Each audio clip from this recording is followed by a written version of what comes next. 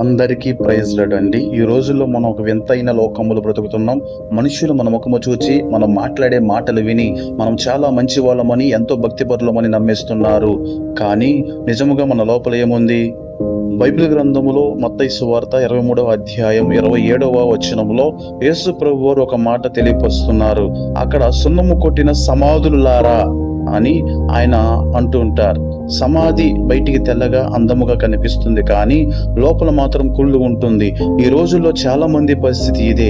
పైకి చాలా ప్రేమగా మాట్లాడతారు, మనం చెప్పిన మాటకి లోబడుతున్నట్టు నటిస్తారు, కానీ లోపల మాత్రం అసూయ, ద్వేషం అనే విషయాన్ని నింపుకున్నారు.